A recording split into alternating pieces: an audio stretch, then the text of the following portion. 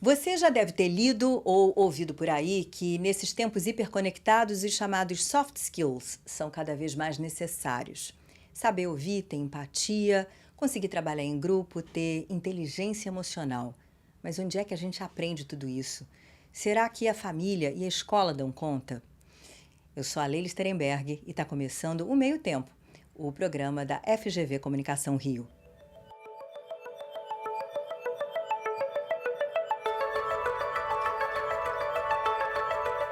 Eu recebo hoje a Jaque de Botton, que trouxe para o Brasil, ou melhor, para as Américas, a The School of Life, uma escola dedicada à inteligência emocional. Jaque, muito bem-vinda. Leila, um prazer estar aqui com você hoje no seu podcast e é uma honra. A gente vai começar como a gente costuma, quebrando o gelo. Você é uma empreendedora que adora juntar pessoas e ideias. Das pontes que você já ergueu, quais que você destaca? Com certeza, quando ali por volta do ano 2000, eu trabalhei em duas organizações sem fins lucrativos. A Ashoka, que é uma organização que promove empreendedorismo social, e a Endeavor, que é uma fundação, mas que foi espelhada, né, foi inspirada no trabalho da Ashoka. E a Endeavor promove empreendedorismo. Inclusive, eu devo muito à Endeavor o fato de eu ter encontrado a minha vocação depois que eu entrei para o grupo, enfim, ali 1999, 2000, quando a Endeavor foi fundada no Brasil. E acho que as maiores pontes, as que me deram assim uma maior gratificação mesmo de ter feito, né, essa apresentação, e foram entre empreendedores sociais e pessoas que eram tanto mentores, né? Portanto, davam ideias, já tinham calçado aquele sapato e já tinham andado uma quilometragem maior. Mas com certeza essas foram pontes muito especiais para mim e que hoje em dia, como empreendedora, eu vejo quão importante é você conhecer pessoas que já andaram a estrada que você está começando a andar. Então, com certeza, essas foram as maiores ou as pontes que me deram mais prazer.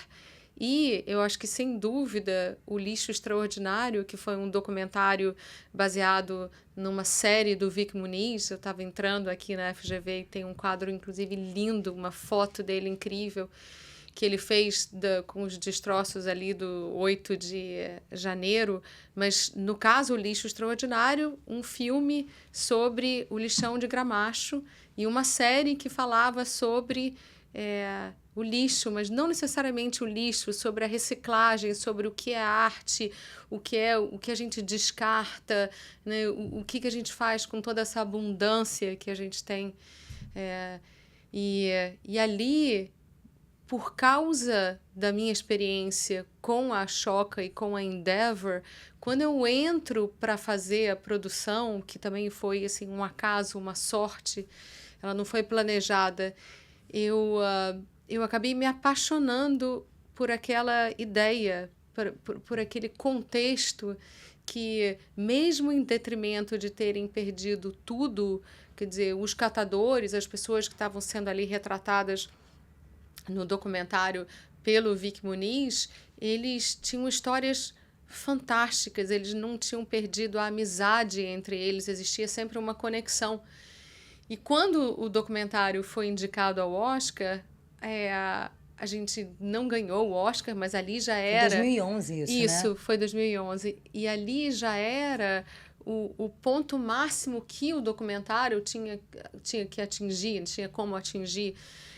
E eu continuei com o que eles chamam de Outreach Project, que é como é que você pega um documentário e você trabalha com um grupo de pessoas que foram o objeto daquele documentário. Olha que interessante. Essas pontes com os catadores. Então, eu fui manager de catador durante um ano.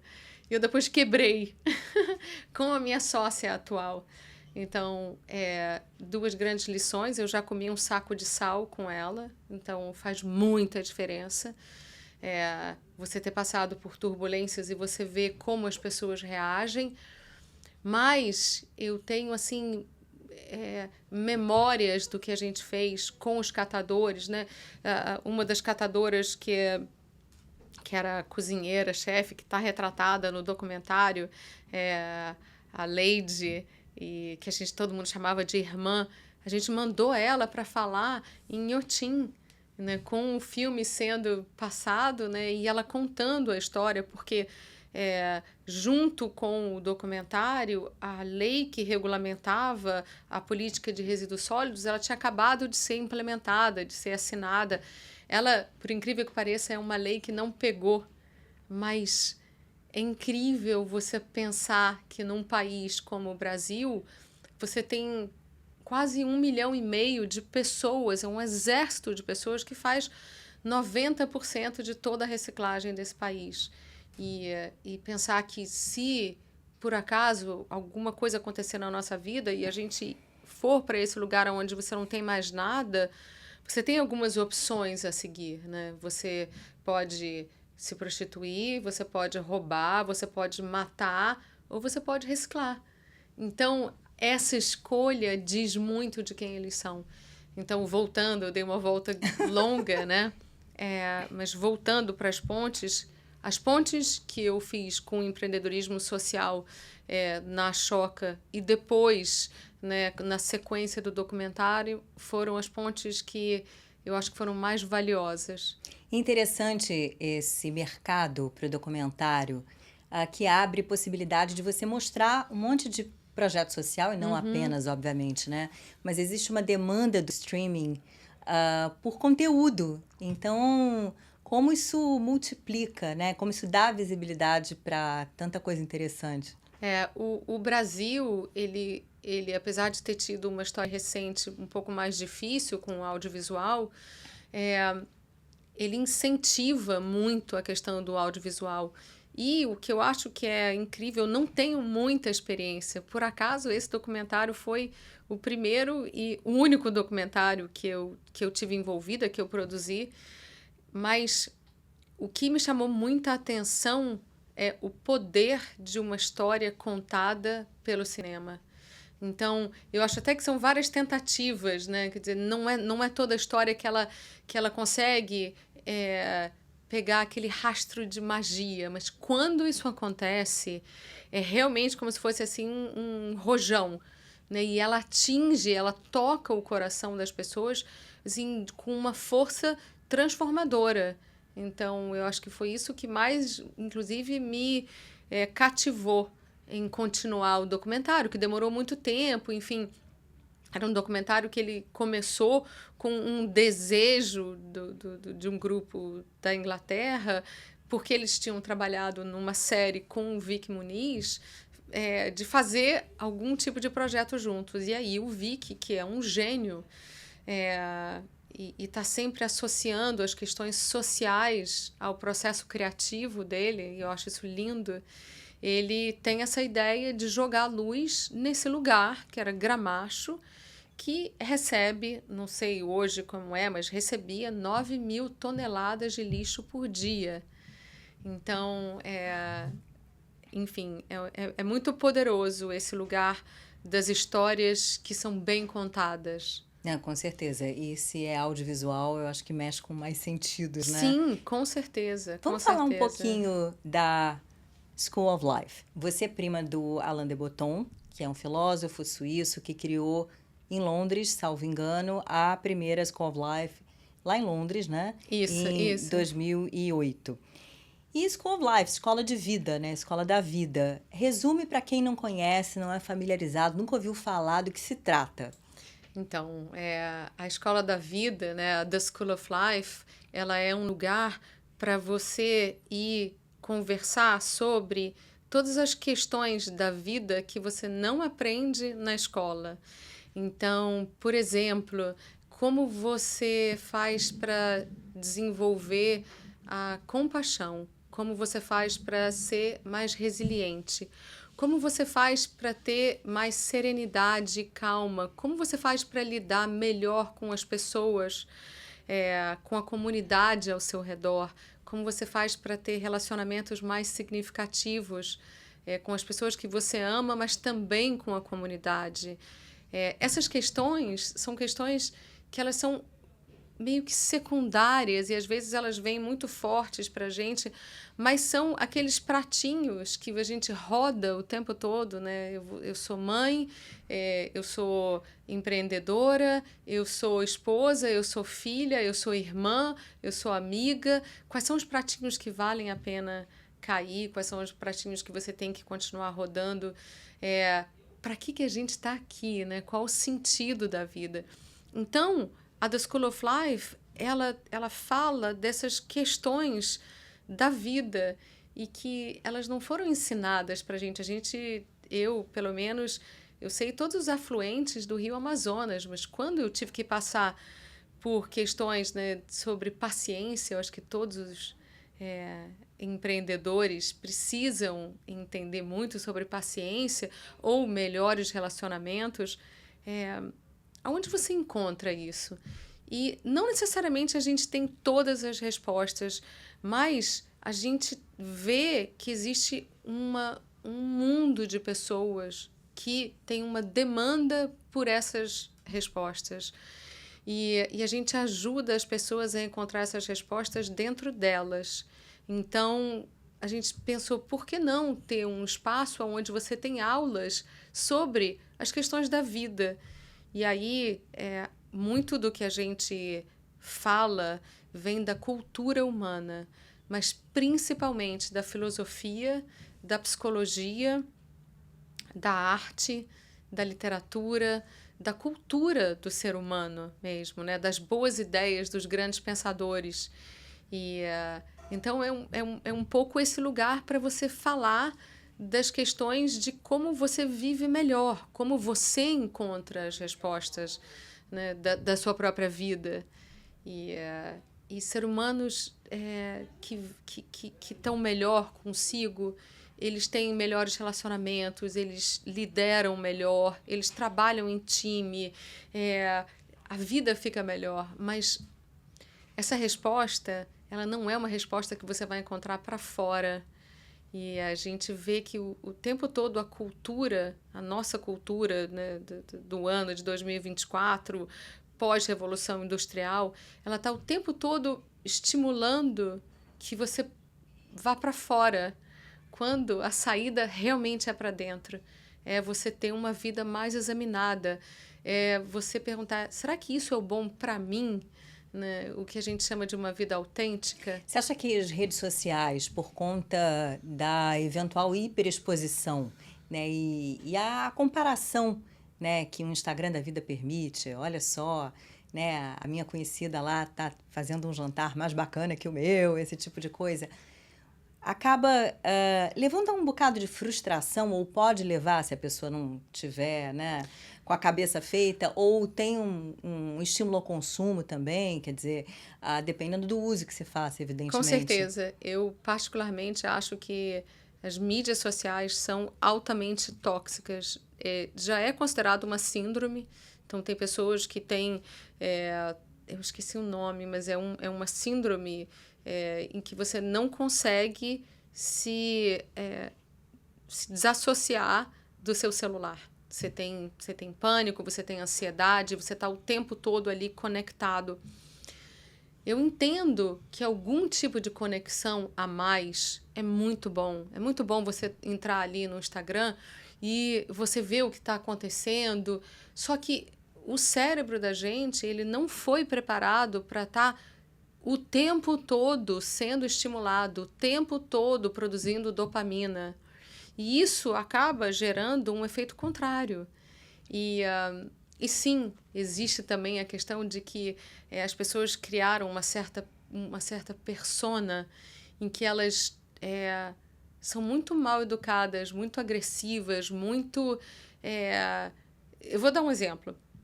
Outro dia eu postei uma foto de uma rua, que por acaso a rua onde eu nasci, em Santa Teresa, falando essa é a rua mais linda que eu conheço. Aí os comentários na página eram, não, a minha rua é muito melhor. Não, você está falando isso porque... Pode até ser que a rua seja muito melhor, pode até ser que eu tenha um viés, que é o viés da minha visão daquela rua, mas o meu ponto é, nenhum daqueles comentários eram comentários positivos, ou as pessoas não precisavam falar aquilo. A sensação que eu tenho é que o Instagram, as mídias sociais, ela deu para as pessoas quase que autorizou as pessoas a fazerem comentários independente de estarem relacionados com aquele assunto ou não. Por outro lado, através das redes sociais, você pode, por exemplo, ver o que está rolando na School of Life, né? Não só isso, mas você se conecta, né? Por exemplo, eu ando numa fase em que eu estou adorando cozinhar, e receitas de cozinhas assim mais naturais, de comidas e de pratos mais naturais. Leila, a quantidade de receita legal, rápida, fácil de você entender, como se fossem assim, uns memezinhos, os próprios memes. Às vezes eu dou gargalhadas sozinhas com os memes. O fato de que eu consigo estar conectada, metade da minha família está fora do Brasil, então eu estou o tempo todo, de certa forma, próxima. Então tem sim um ganho enorme. Eu não sou contra a tecnologia. Eu acho que a tecnologia, ela inclusive, de certa maneira, ela dá acesso à educação a muita gente. Claro, se você procura esse lugar, né? E eu acho que é inevitável. Então, eu não acho que é a tecnologia que vai ter que ser mudada. Eu acho que é o ser humano que vai ter que entender que talvez essa relação com a tecnologia, que inclusive é muito recente, né? A internet tem 30 anos, então o Instagram deve ter o quê? 7, 8 anos? Nem sei. Talvez um pouquinho mais, mas se você pensar... menos de 15. É um adolescente, Sim. É uma relação adolescente conosco. Então, eu acho que tudo isso levado em consideração, eu acho que é mais um fator novo num momento onde você tem pós-pandemia, você tem todas as questões de ansiedade climática, você tem todas as questões que estão sendo colocadas nesse momento, né, de muito novas, pelo menos para a minha geração, gênero, o mundo está num momento bem peculiar e bem interessante, o que eu acho que demanda ainda mais uma calma interior. Ela não é do lado de fora. O lado de fora vai continuar pipocando, e a verdade é que mesmo que ele não continue em ebulição, ou esteja um pouco mais ou um pouco menos, você só tem controle daqui para dentro, né? 3 milímetros daqui para dentro, em como você reage. Eu sou uma fã incondicional do Viktor Frankl, que ele falava que esse psicólogo austríaco que passou por um campo de concentração, e ele falava desse espaço minúsculo entre o que acontece com você e como você reage. Então ele foi a ideia que ele cunhou foi essa, né? Que existe um microespaço, mas que nesse microespaço você continua tendo a capacidade de escolha. E isso é super libertador, porque é isso que te dá o controle da sua vida, independente do que o externo está te apresentando. Independentemente da sua conta bancária, do seu peso, da sua idade. Do seu gênero. Estado civil. Isso. É, muito legal. E é um treino. Né? Com certeza. Me conta uma coisa. Hoje, o canal no YouTube da School of Life, o canal internacional, tem quase 9 milhões de inscritos. É coisa pra caramba. Mas quando começou, como é que foi a recepção? Quer dizer, foi vista como algo muito fora da caixinha? Sim, o Alain de Botton o filósofo, ele é conhecido como o filósofo do cotidiano. Então, ele sempre olhou para toda aquela sabedoria da filosofia, e realmente a filosofia, quando você se aprofunda, os caras são incríveis. O Sócrates talvez tenha cunhado a frase, né, conhece-te a ti mesmo. que até hoje, né, as pessoas falam, tudo que as pessoas falam volta para esse lugar, né? O seu papel no mundo é se conhecer, não é ser casada, ter filho, ser bem-sucedido, mudar o mundo. E ele até, em alguns estudos, aprofunda que o papel não é se conhecer, é aprender a se conhecer.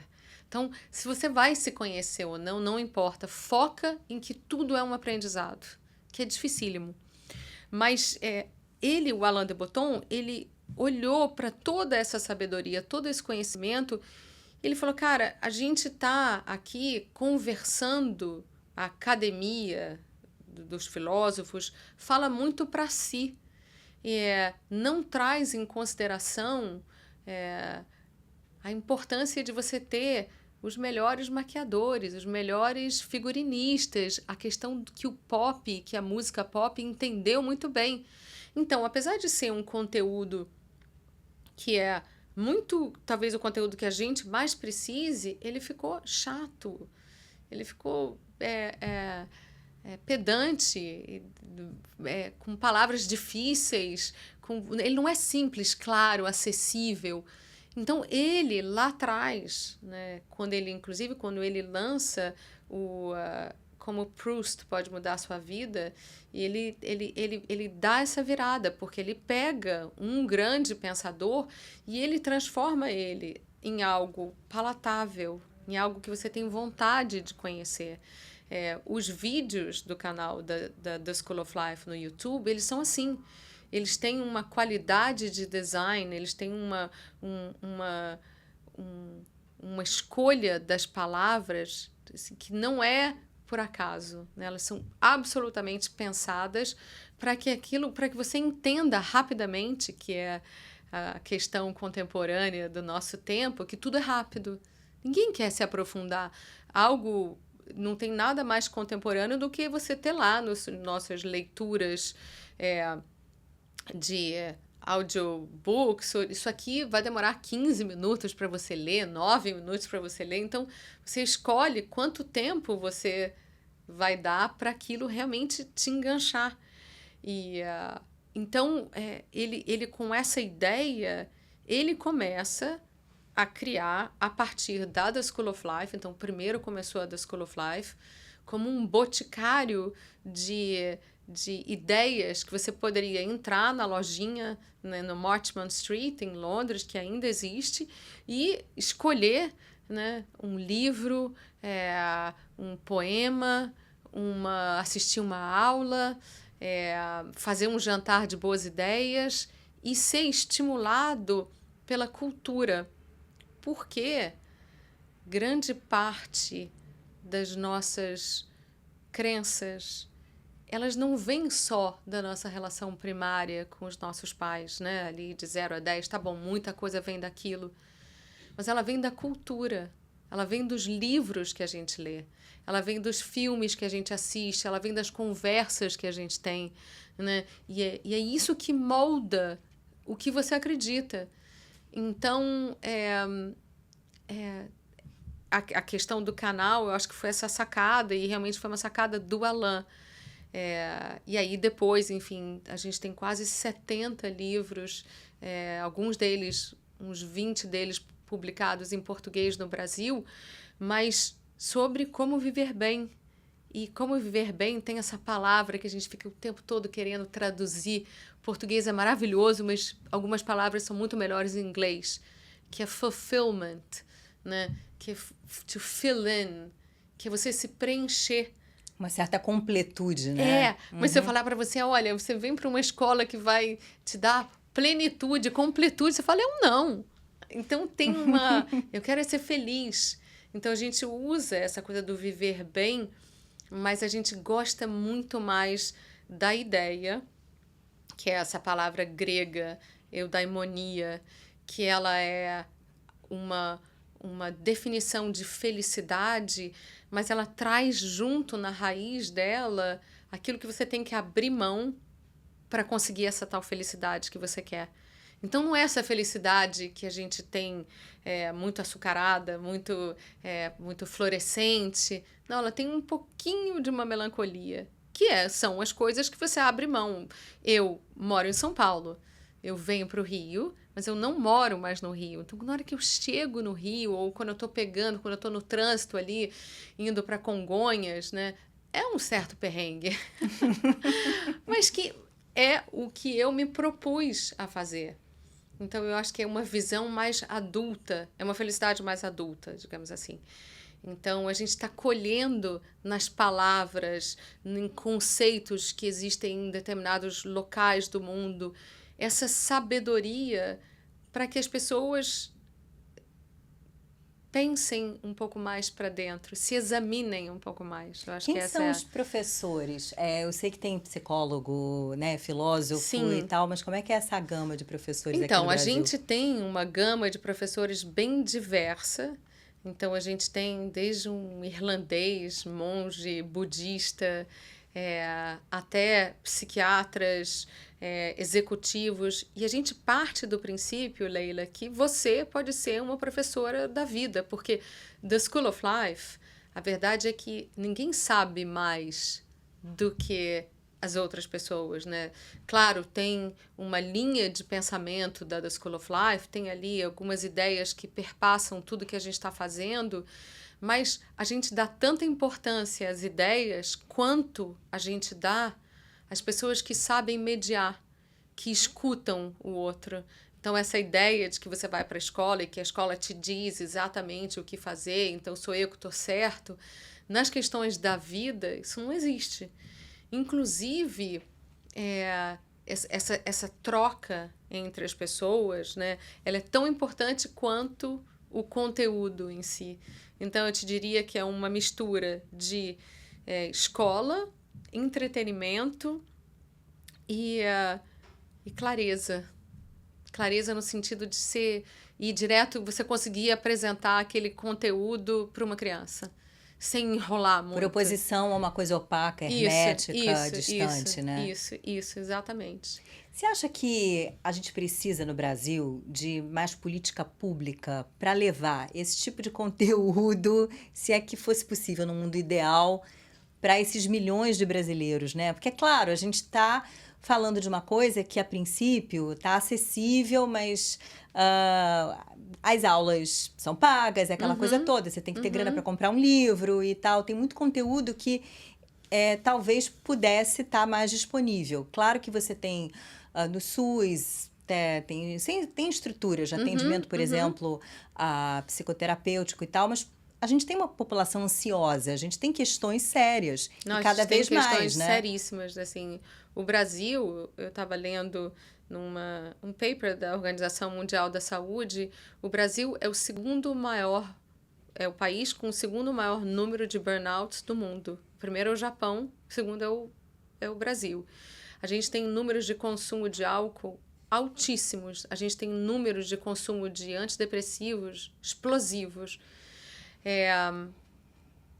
Mas é bem interessante porque essa pergunta vem muito de encontro com um momento atual onde as questões de saúde mental estão sendo muito abordadas pelo governo federal.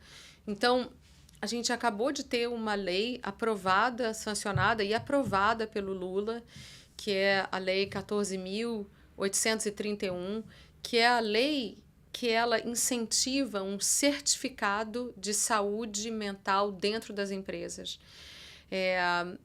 Você tem ali um currículo, né, para que as empresas sigam o currículo, e é um início, né? Mas, por exemplo, você tem deputadas, né, a Ana Reis, que está propondo, né, do Recife, que está propondo também, quer dizer, essa certificação, como é que ela vai endossar essa certificação. Você tem o Amon Ramel, que é o deputado mais novo da federação pelo Amazonas, que tem um grau de autismo e que está propondo, ele ainda está no estágio de projeto de lei, ou está quase virando uma lei, que é a ideia de você fazer uma lei nos mesmos moldes da Lei Rouanet, mas que incentive programas de saúde mental nas empresas. Porque os números são assustadores. Você tem, hoje em dia, 290 mil, 300 mil pessoas no INSS afastadas pelo CID, de burnout, de depressão. Você pensa numa média, Leila, de 4 meses e uma média salarial de R$ 3.000. É uma conta bilionária para o governo. Então, o motivo pelo qual isso está acontecendo, para mim, é menos importante, mas existe uma epidemia de saúde mental. É muito fácil, acho que se eu perguntar aqui para todos os seus ouvintes, né, para todos nós aqui nessa sala, todo mundo conhece uma pessoa com um problema de saúde mental. Todo mundo. Então, e aí se você me pergunta se todo mundo conhece uma pessoa fumante, não necessariamente. Então virou uma epidemia, virou uma questão muito real da nossa sociedade e ainda muito difícil de você diagnosticar. É muito sutil. Você não acorda um dia e fala, estou com um problema de saúde mental. Isso vem de uma série de escolhas, de um estilo de vida, então é um pouco sutil você saber em que momento você passa o recorte e fala, não, agora não é mais só uma sensação de mal-estar, não é só uma noite mal dormida. E aí, voltando para a primeira pergunta que você me fez, né, que era o que é inteligência emocional, né? Aonde que a gente está treinando as pessoas? A gente está treinando as pessoas a entenderem o que são as emoções que elas estão sentindo. No sentido de você conseguir distinguir, né, o que é um cansaço, o que é uma dor, o que é uma noite mal dormida e o que é uma síndrome e o que é uma depressão. Enfim, existe uma movimentação muito séria acontecendo e ela tem que acontecer no Brasil.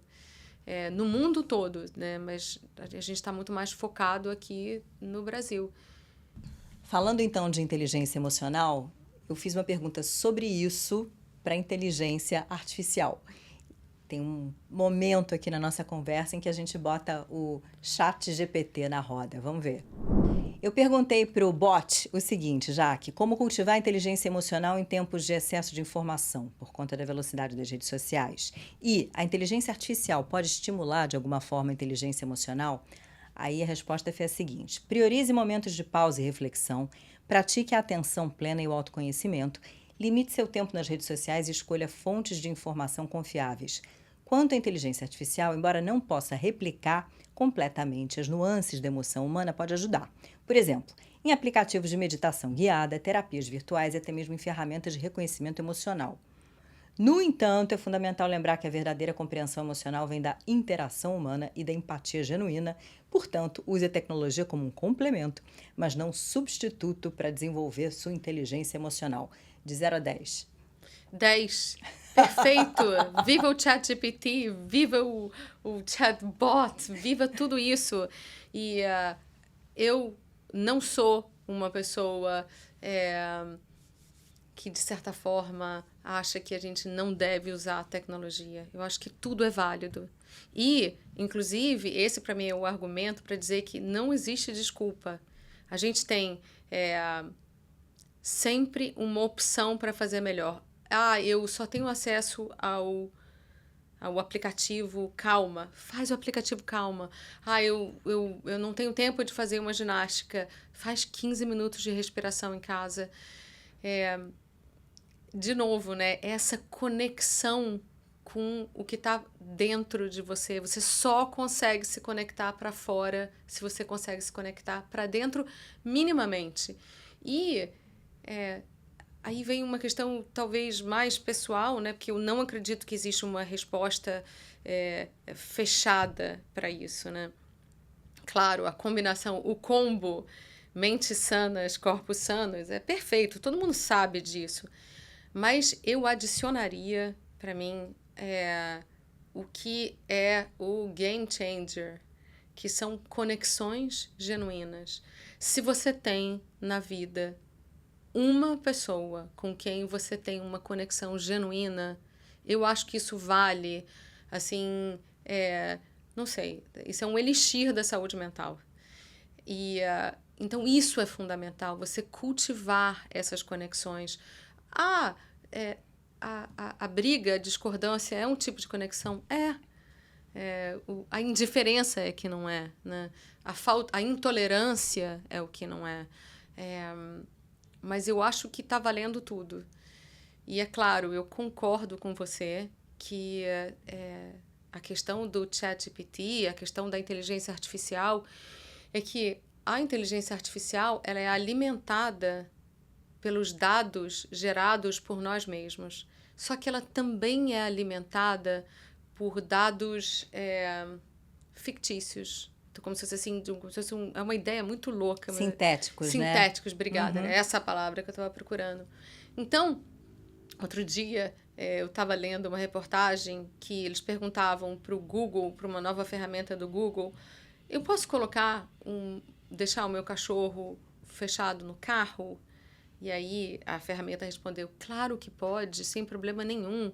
O carro tem a 24 graus de centígrados de temperatura.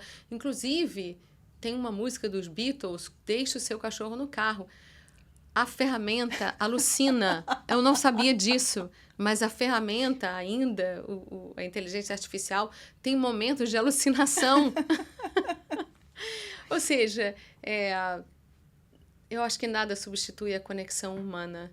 E eu acho que para finalizar sobre a inteligência artificial, precisamos ser mais ou ainda mais sábios para utilizar uma ferramenta tão poderosa. Então, a sabedoria não vem da ferramenta, a rapidez vem da ferramenta, a mega associação de diversos dados e a rapidez, tudo isso ela vai entregar, mas a sabedoria eu ainda acho que é do humano. Jaque, espero que a gente tenha feito uma conexão genuína aqui nessa nossa conversa, viu? Claro. Cara, eu adorei, de verdade. Assim. Eu também. Eu fico assim muito agradecida porque essa ideia do autoconhecimento, da conexão para dentro, de você encontrar as respostas um pouco mais na calma, né? Numa vida mais examinada, eu acho que ela precisa de cada vez mais plataformas. Então, ser convidada, né, para vir falar aqui com você, que é uma pessoa que eu admiro enormemente, me dá a possibilidade de atingir a muito mais gente. Então, muito obrigada. Puxa, eu que agradeço, de verdade. Pessoal, a gente espera que vocês tenham curtido e também se conectado genuinamente aí com o que a gente conversou. Até o próximo Meio Tempo.